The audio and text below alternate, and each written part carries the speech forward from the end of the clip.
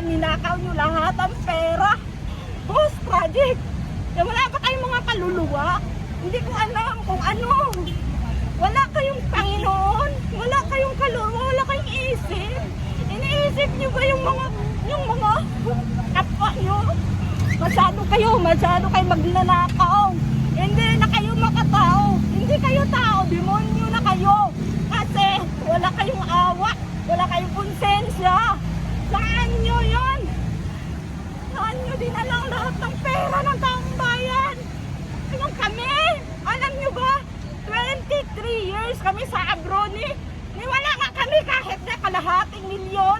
Pero yung mga anak nyo, 759,000, isang kainan lang. President Bongbong Marcos, masyado po kaming masama ang loob sa'yo. President, sobrang sama ng loob namin sa'yo. Kasi inaasahan namin, ikaw ang aming Pangulo. Pangulo ka ng aming bansa. Sama ng loob namin sa'yo. Pinabayaan mo ang Pilipinas.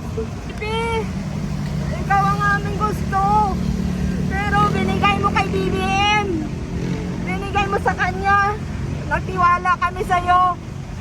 Sana naman tulungan mo kami. Ano nangyayari sa amin ngayon? Wala ka. Hindi namin ikaw mahahagilap. Bakit? Kasi pati ikaw walang budget. Hindi kami nibigyan ng budget. Pero marami pa rin sa kaya sobrang na-emotional po ako kasi alam niyo po, halos kalahati ng buong buhay ko, wala po ako dito sa Pilipinas. Ngayon ang nangyayari po, mahal na mahal po namin ang Pilipinas pero kailangan po namin umalis ng bansa dahil kailangan namin magtrabaho para sa pamilya, sa obligasyon namin sa lahat. So, literal nawala kami sa Pilipinas. Pero ang puso isip namin at lahat ng kinikita namin doon, bawat sintimong kinakita namin ay punta po sa Pilipinas yon.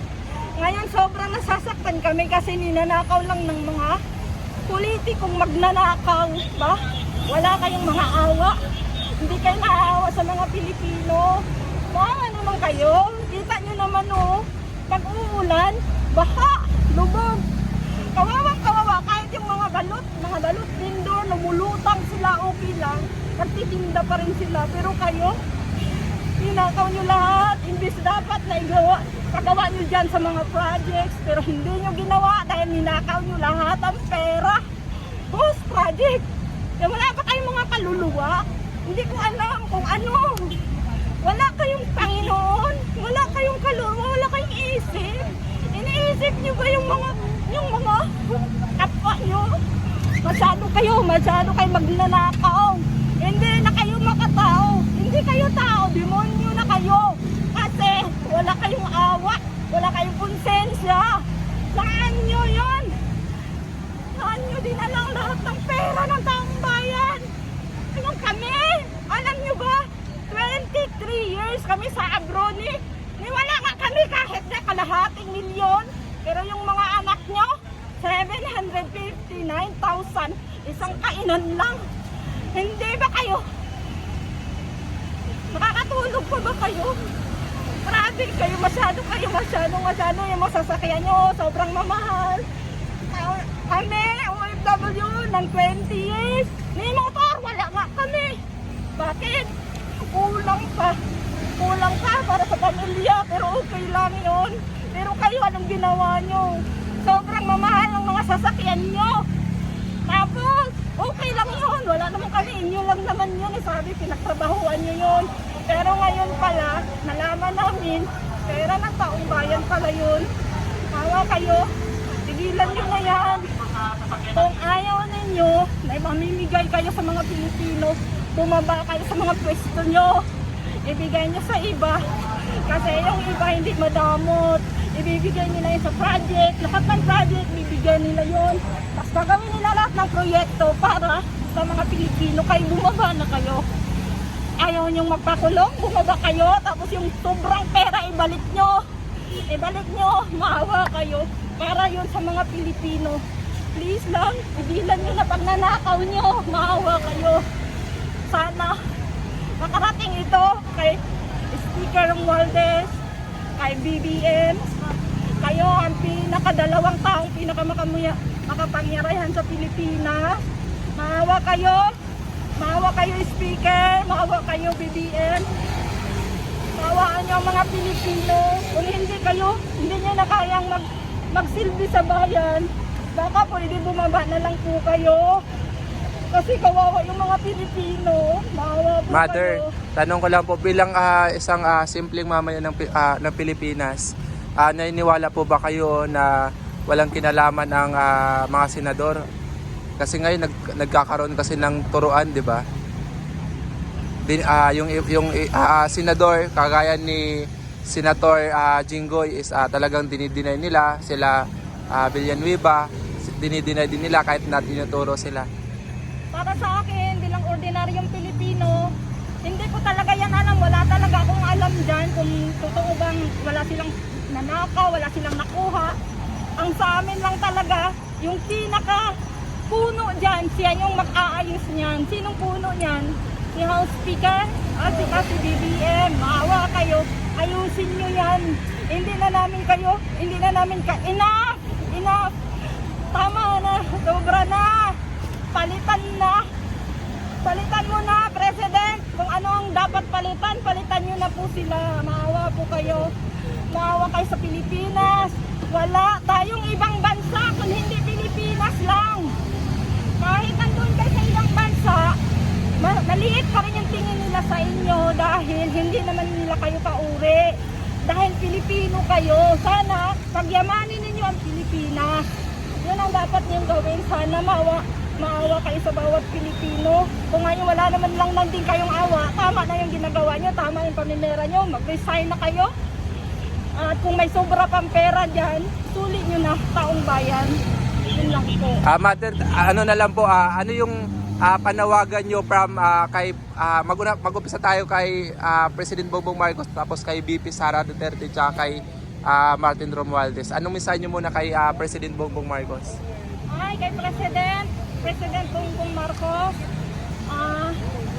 masyado po kaming masama ang loob sa'yo. President, sobrang sama ng loob namin sa'yo. Kasi inaasahan namin, ikaw ang aming Pangulo. Pangulo ka ng aming bansa. Sama ng loob namin sa'yo. Pinabayaan mo ang Pilipinas. Dapat pinaalis mo na sa pwesto lahat ng mga taong gumagawa ng katiwalian. Ikaw ang presidente. Tanggalin mo sila kung sino man sila. Maawa ka, tanggalin mo sila sa pwesto. Palitan mo sila. Ngayon, kung hindi mo po kaya, ikaw na lang po yung bumaba. Baba na po kayo. Mother, kay Vice President Sara Duterte naman po. Para po kay Vice President Sara, Bibi, ikaw ang aming gusto. Pero binigay mo kay BBM. Binigay mo sa kanya. Nagtiwala kami sa'yo. Sana naman tulungan mo kami. Ano mangyayari sa amin ngayon? Wala ka. Hindi namin ikaw mahahagilap. Bakit? Kasi pati ikaw walang budget. Hindi kami binibigyan ng budget. Pero marami pa rin salamat sa ating mga kababayan dahil lahat ng mga kalamidad ng Pilipinas, nagdo-donate sila sa office mo para ipamigay mo. Pero hindi mo budget yun, galing sa national budget dahil wala kang budget. Pero sana, panawagan namin sa'yo, tulungan mo kami, tumakbo ka sa 2028. Huwag mo kaming pababayaan, Baby Sara. Tulungan mo ang Pilipinas. Ikaw yung pag-asa namin. Dati, tatay mo, maayos ang Pilipinas. Yung mga, alam mo ba, alam ng bawat isa yan, lalo ng mga pulis, mga army, mga uniform personnel. Alam namin na dinoble ni Tatay Digong yung sahod nila. Ang sabi sa may mga kaibigan at kamag-anak kaming mga pulis at saka mga army, buong buhay nila ngayon sa panahon ni Tatay Digong lang sila nakatikim ng dobleng sahod. Salamat sa Tatay Digong namin. Sana, Bibi Sara, maawa ka. Takbo ka sa 2028. Huwag mo pababayaan ang Pilipinas. Ayun lang. Ma'am, patungkol doon sa nabanggit nyo nga po na walang budget ang Office of the Vice President, di ba na-issue po ang si Vice President Sara Duterte patungkol doon sa confidential funds. Anong masabi niyo doon? About naman sa confidential funds, doon yun ang impeach nila sa'yo. Bibi Sara, napakaliit ng 125 million na ipa-impeach kanila. And wala lang yon sa kalingkingan sa bilyon-bilyong ninakaw nila. Pero alam mo bakit? Bakit sobrang sama ng loob namin? Dahil yung 125 million na yon, clear ka naman sa COA at hindi mo naman yung dinulsa. Pero dinidiktik ka nila doon. Pero ngayon na bilyon-bilyon yung ninakaw. Tignan mo, walang ginawa. So sana ang mga Pilipino ngayon, sabi nila, kurakot daw si VP Sara. Paano naman naging kurakot? Ang COA, na-clear siya ng COA.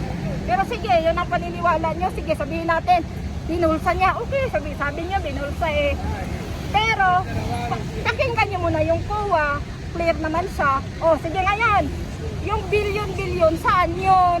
Naawa naman kayo. Tumingin-tingin din kayo sa balita. Saka huwag kayo magbintang lang ng magbintang. Yun lang. Ma'am, maraming salamat. Ma'am, may umabot sa comment section. Ano daw yung masabi mo pa nailipad daw si VP Sara? Yung lipad ni VP Sara para po yan sa kanyang patay. Bakit? Bilang Pilipino, dahil walang pakialam si BBM sa kanyang tungkulin bilang Pilipino, siya dapat ang mag-asikaso doon, ipauwi niya yung isang citizen na Pilipino sa bansa. Ang ginawa niya, siya patuloy yung magpadala papunta roon. Dahil si VP Sara ay Vice Presidente, tungkulin ng Presidente hindi nagawa, kaya siya ang gumawa. Doble ang kanyang gawa doon bilang Vice President at bilang anak. Parang tumatayo na rin po sa inyo na Presidente si VP, parang ganun po. Opo, parang ganun po. Dahil ang kukulang ng Presidente ay pinupunuan niya. Kasi bakit? Bawat Pilipino kailangan aalagaan siya ng bansa. Bansang Pilipinas. Pero anong ginawa ng Presidente? Siya ba yung naghati doon? Tapos ngayon, mali yun. Sobrang mali yun sa konstitusyon natin. Tingnan nyo yan. Ma'am, isang tanong na lang po, ma'am. Ma'am, ano yung masabi nyo sa ating mga kabayan na mayroong sumusuporta sa mga Duterte, madami, mayroon din sumusuporta sa mga Marcoses, madami. Anong masabi doon? Hati ang opinion ng bawat isa. Masasabi ko po doon, ang talino po ng mga Pilipino, sobrang talino ng mga Pilipino. Alam po nila kung ano yung tama at anong mali. At alam po nila kung ano ang nangyayari noon at anong nangyayari ngayon. Kaya para sa inyo na lang po yan, dahil matatalino ang Pilipino, hindi tanga ang Pilipino, hindi bobo ang Pilipino. Maraming salamat, ma'am. Opo.